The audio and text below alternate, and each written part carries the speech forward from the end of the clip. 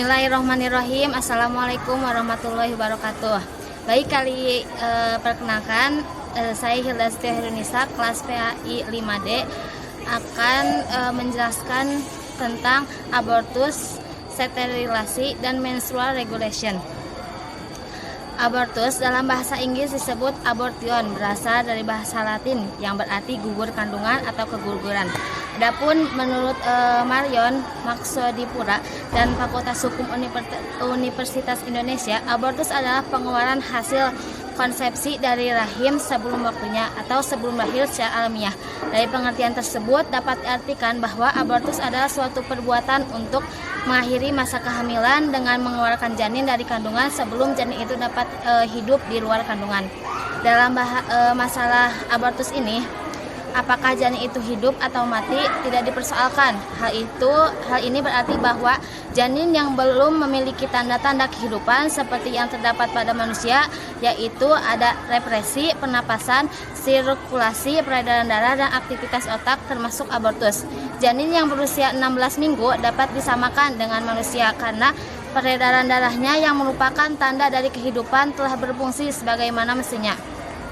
Sterilasi ialah memandulkan lelaki atau wanita dengan jalan operasi pada umumnya agar tidak dapat menghasilkan keturunan. Dengan demikian, sterilasi menghindari atau menjarangkan kehamilan untuk sementara.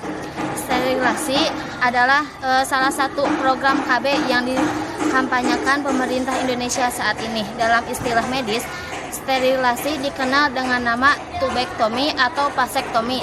Sterilasi juga didefinisikan sebagai upaya untuk membunuh mikroorganisme termasuk dalam bentuk spora.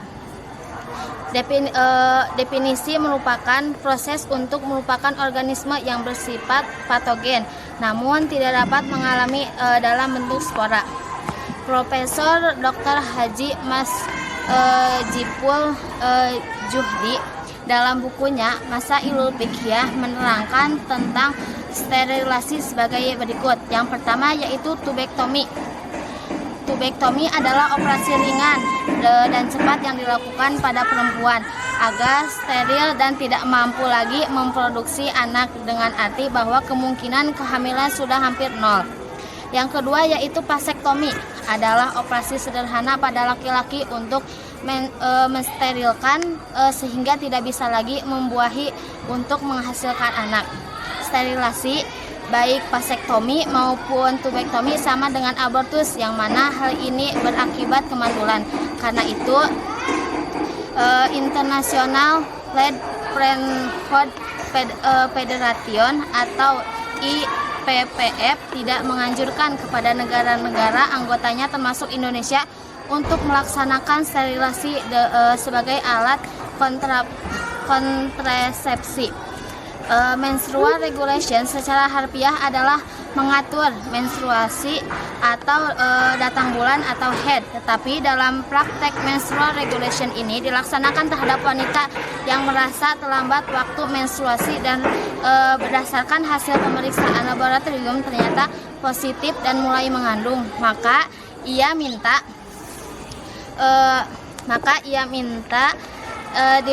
dibereskan janinnya.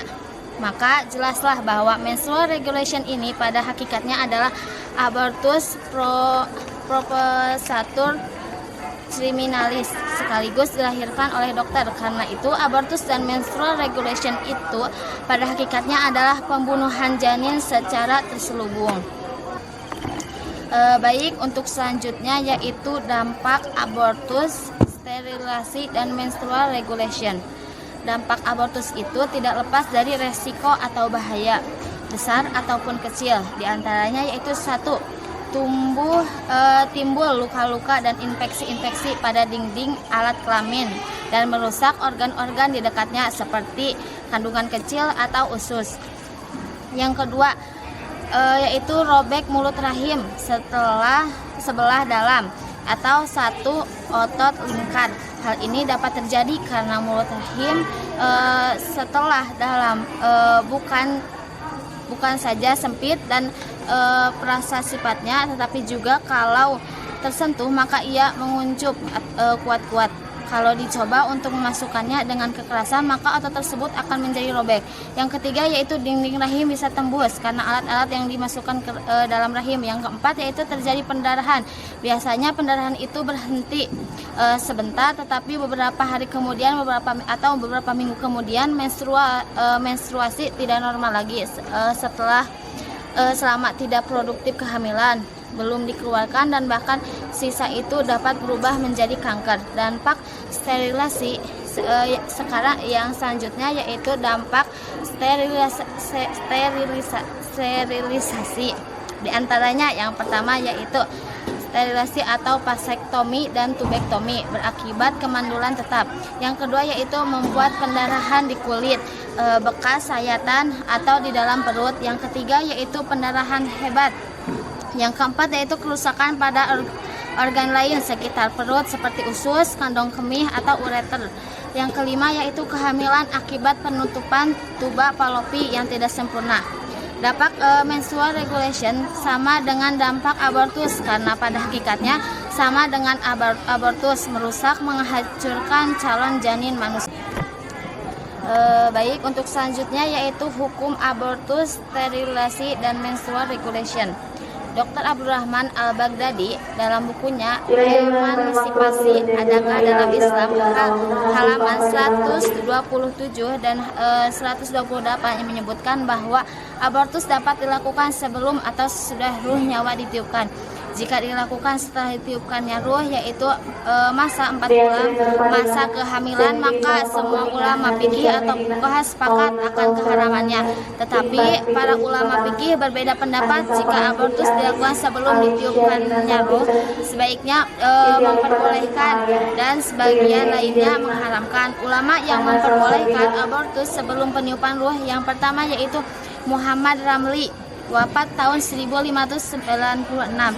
Dalam kitabnya An-Nihayah dengan alasan karena belum ada makhluk yang bernyawa. Yang kedua yaitu ada pula yang memandangnya makruh dengan alasan karena janin sedang mengalami pertumbuhan. Namun demikian diperbolehkan melakukan abortus baik pada tahap penciptaan janin ataupun setelah peniupan ruh kepadanya. Jika dokter terpercaya menetapkan bahwa keberadaan janin dalam perut ibu akan mengakibatkan kematian ibu dan janinnya sekaligus. Dalam kondisi seperti ini diperbolehkan melakukan abortus dalam mengupayakan penyelamatan kehidupan jiwa ibu. Tetapi apabila pengguguran itu dilakukan karena benar-benar paksa dan melindungi atau menyelamatkan si ibu, maka Islam memperbolehkan, bahkan mengharuskan, karena Islam mempunyai prinsip menempuh salah satu tindakan yang lebih ringan dari dua hal yang berbahaya itu adalah wajib.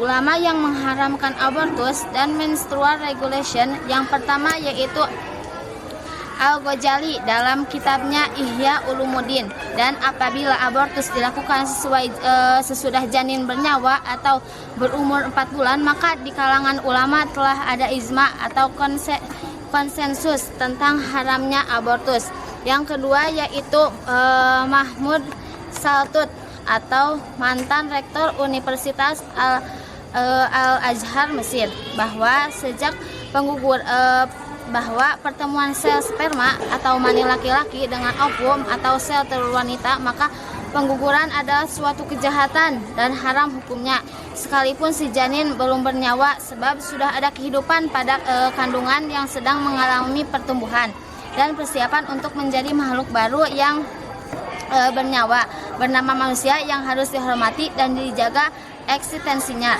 Dan makin besar dosanya apabila pengguguran dilakukan setelah janin bernyawa. Apabila sangat besar dosanya kalau sampai dibunuh atau si bayi yang baru dilahir dari kandungannya.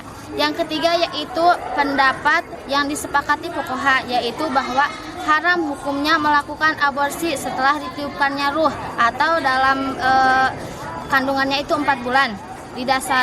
Didasarkan pada kenyataan bahwa peniupan ruh terjadi ketika 4 bulan masa kehamilan.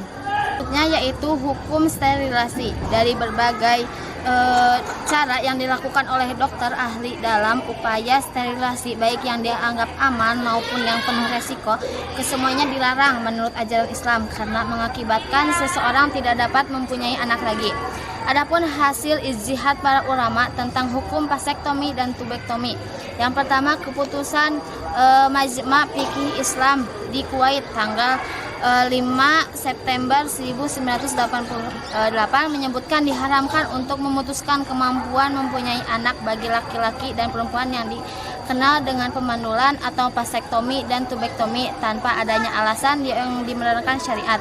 Yang kedua yaitu keputusan Majma' Fikih Islam di Mekah Mukarramah yang menyebutkan tidak dibolehkan pemutusan kehamilan selamanya atau pemandulan. Adanya alasan yang darurat seperti syar'i, yaitu apabila membahayakan kehidupan karena suatu penyakit, maka jika pemandulan adalah cara untuk menyelamatkan hidup si perempuan dari kematian, maka itu diperbolehkan. Pada dasarnya hukum sterilisasi, vasektomi dan tubektomi dalam Islam adalah haram dengan beberapa sebab, yaitu yang pertama yaitu berakibat kemandulan, yang keduanya itu selain bertuju untuk membahagiakan dunia dan akhirat juga untuk mendapatkan keturunan yang sah. Yang ketiga yaitu mengubah ciptaan Tuhan dengan jalan memotong dan menghilangkan sebagian anggota tubuh yang sehat dan berfungsi. Yang keempat yaitu melihat aurat besar orang lain. Namun apabila suami istri dapat dalam keadaan terpaksa atau darurat seperti terancamnya jiwa si ibu apabila itu ia mengandung, maka itu diperbolehkan dalam hukum Islam. Hukum selanjutnya yaitu hukum menstrual regulation. Allah berfirman dalam Al-Quran surah Al-Isra ayat 31.